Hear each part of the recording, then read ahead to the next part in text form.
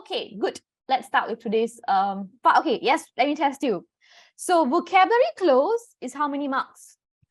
These two appears in paper 2. There are 4 papers for PSLE, right? Paper 1 is writing, paper 2 is comprehension and all of that, grammar and all of that, vocab and all of that. Paper 3 is listening, yes, wait first. And paper 4 is oral. So you're going to practice oral as well. This is paper 4.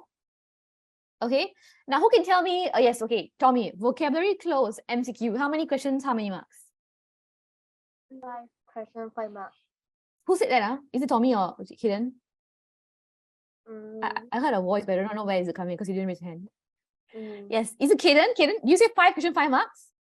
Yes, very good. Give yourself a point. Yes, it's 5 questions, 5 marks. Anything to do with vocab is always 5, okay? Even that vocabulary MCQ, right? Is also 5 questions, 5 marks, okay?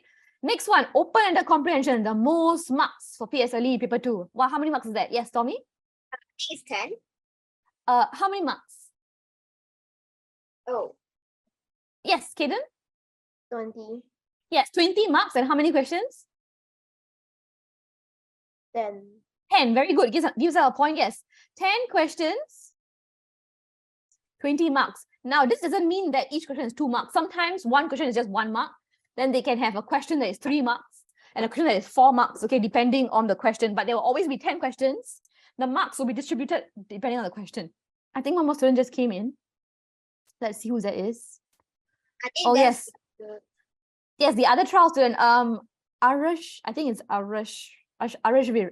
Please turn on your camera so that No, okay. I think he's still connecting to the audio.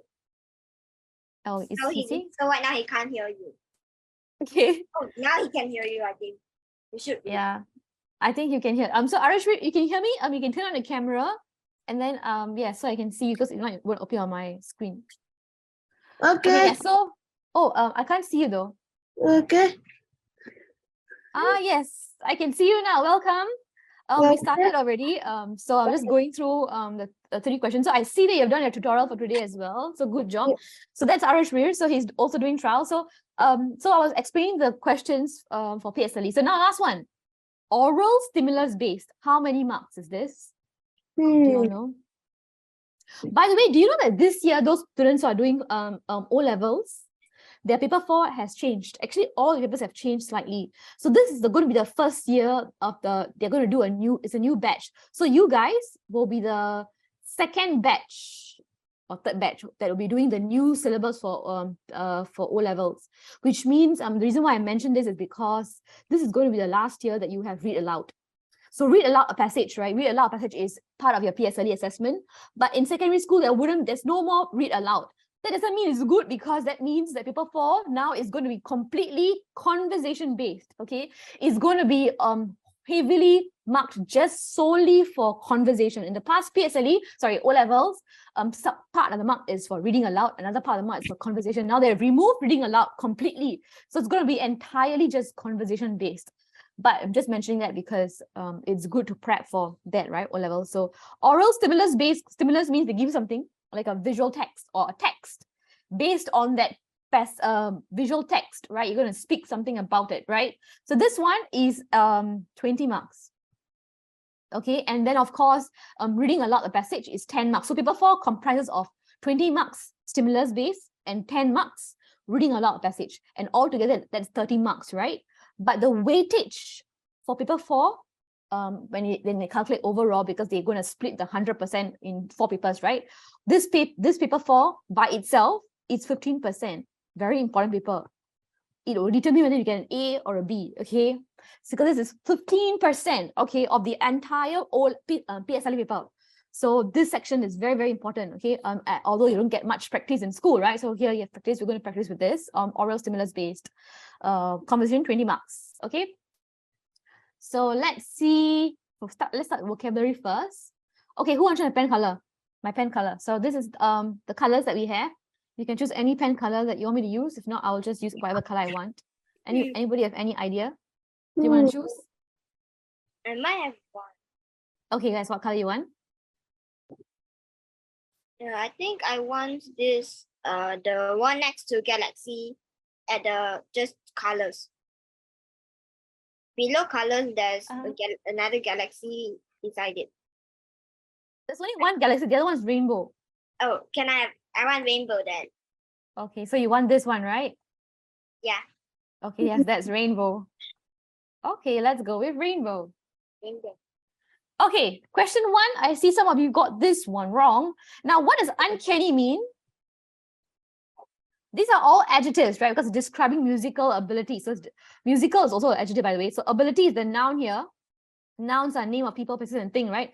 So these two words are describing the ability, right? So it's an adjective. So all of these are adjectives. So vocabulary Cloze, they are testing you for your ability to choose the correct synonym, because most of the words here mean the same, very close in meaning, right? But contextually, only one fits in. So which one fits in here? Anybody? First, tell me what does uncanny mean? Anybody knows what does uncanny mean? If I say, that's an uncanny encounter, means what? Uncanny means very strange or mysterious. That's what it means. Okay, especially in a very unsettling way. For example, I have an uncanny feeling that she was being watched. Means I just had a feeling, like a inkling, okay, that she's being watched somewhere. Okay, a very strange, very mysterious feeling. That's what it means. Okay, so here, strange and mysterious. So obviously, the answer is what? Right, the answer here is B. Okay, mysterious. Okay, mysterious basically means very difficult to understand, right? Very hard to understand and explain. Right, so difficult to understand or explain something, right? And of course, you know what does creative mean? If I say you're a very creative student, means you're very imaginative. Imaginative, right? And inborn means something that is innate, naturally to you. Hey, that's an innate talent that you have. Playing the piano means you naturally are able to play the piano without learning how to play the keys, without going to school. So I say you have an innate gift for singing, means you naturally can sing. Okay, innate means very natural. You're born with it. It's inborn. Okay, you're born with it, that gift. Okay, and unnatural means the opposite of natural. Okay, it means not natural. All right. By the way, you should be having a vocabulary book, writing down new words that you have learned, because you do not know what is going to be tested, especially for editing, spelling. These kind of words can come up for spelling as well, for editing, to see whether you know how to spell these words and see whether you know these meanings. All right. So make sure you have a booklet in front of you, writing down notes. Okay. Either ways, my class notes can always be downloaded at the end of the lesson when they upload it on the portal. You can always go to the previous lessons that you have, the past lessons, and you can download it. You'll be under class notes. Okay, so you'll have this as well. But it's good to write down notes. Okay, so now you know the answer. Why is it B, right? Because some of you wrote the answer as C for this. Because inborn means, hey, I wrote inborn and inborn. Sorry, I'm supposed to be writing innate. Okay. Inborn means innate, means you're naturally born with it. Okay, it's a natural gift that you have. So some of you wrote C as the answer. So now you know why C cannot be the answer, because uncanny does not mean natural. Okay, it also cannot be D, because D means unnatural. Okay, uncanny does not mean unnatural. Okay, good. Now let's go to the question number 2. Anybody can tell me? All these words are verbs. Just now it's all adjectives, right? All these are verbs now. Okay, it's an action. What is the answer? Yes, Tommy? You're muted. Sorry, you're muted. I couldn't hear you. B, yes, very good. Can you tell me why is it B? What does referring to mean? Referring to means what? It means consulting, right? Refer. This one means refer for information, right? I'm seeing something because I want some information, right? What does searching mean? Searching means you're trying to find something, right? You're finding something. What does advising mean? I'm going to advise you something. You're trying to teach someone. Yes, very good. You're offering suggestions, okay? You're giving them different options to choose from, right? You can do this or you can do that. These are some suggestions. Okay, you don't have to follow it, but I'm just offering you some suggestions. Resorting means what? Resorting is usually used in a very negative connotation, meaning it means to turn and adopt to something because of an undesirable situation. For example, the Duke or the President was prepared to resort to force if negotiation failed. Okay, so because of a very difficult, undesirable situation, you don't have a choice, you resort to something out of no choice, quote unquote. Okay, so it's something that you turn to and adopt because of an undesirable situation. Okay, I wrote a short form for N here, by the way. So adopt. Okay, so because of an undesirable situation, so that's resorting. He's resorting to violence as the last resort. Have you heard of that? Resorting to violence as the last resort means out of no choice he's resorting to violence. Obviously, you always have a choice. It's an excuse. But I'm just saying this word is always used with a negative connotation. Okay, good. Number 3. By the way, Tommy gives us a point for the answer. Number 3. Anybody, Kaden, what's the answer and why? Endowed. What does this word mean? All of these are verbs. They are all action words. Okay, verbs. So the answer is A. Very good. Can you tell me why?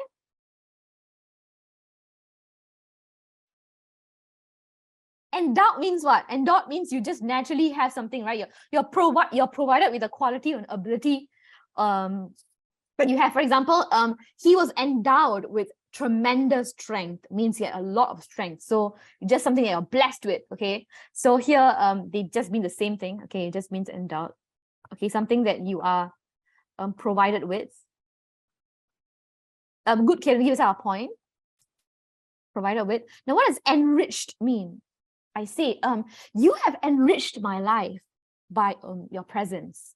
With your presence, sorry. Means what? Enrich means improve the quality of my life. Enrich means rich, right? R-I-C-H. Rich means to become wealthy, not just monetarily, but just with people. Okay, relationships make you rich as well, right? So enrich means to enhance or improve the quality or value or something. Okay, so it means to improve or enhance the quality or value of something. Okay, I'm not gonna write the whole thing, but yes. Equipped means, okay, something that it comes with it. Okay, like for example, all the bedrooms are equipped with a color TV. So it comes with a color TV. So equipped means what it comes with, right? Okay, what is provided for. And conferred means, if I say, I'm going to confer with you, the officials were conferring with the allies, means they were having a discussion. Okay, so it means to have discussions. Discussions. That's what these words mean. So confer means to discuss with people. All right, let's look at number 4. This one, some of you got wrong as well. So let's look at that. Number 4. Okay, what is the answer to this? Is it Arashvir? Am I saying the name correctly? Is it Arashvir? Yep. Can you pronounce the name for me? Arashvir. Okay, Arashvir. Okay, so what's the answer to this, Arashvir? Hmm. I know this one, some of you got wrong as well, so don't worry, I'll explain, but just try first. Talented. Talented, yes, good try. Okay, now I'm going to explain you the meaning of these words. Accomplished. These are all adjectives, by the way. They're all describing words. What do they describe? They describe the musicians, right? It's a noun. I'm going to write N for noun. So this is a describing word. Accomplished musicians. Now, accomplished means what? Means they are highly trained or skilled in a particular activity. The answer is A, because skillful, right? So they are highly, by the way, skillful is spelled with 1 L, not 2 L. That's American spelling, just to let you know, okay? S-K-I-L-L-F-U-L is US spelling. We are marked in Cambridge. Our people are marked in Cambridge, especially for O-levels, okay? So remember, the spelling is very different from American spelling. So skillful has only 1 L, okay? So skillful, right? It just means you're very, very, very highly trained, okay?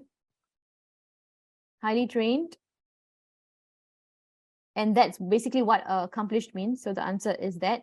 Professional means what? If I say you're very professional, professional comes from the word profession, means a job that you're doing. So for example, if I'm a teacher, okay, quote unquote, I'm supposed to be professional, right? Basically, how I carry myself, what I wear and all that. So if you're a lawyer, it's also a profession because a job. Profession is a job, right? So basically, if I say you're a professional, means you are embodying what that job requires you to be, okay? Talented means gifted, something that you're really good at, Okay.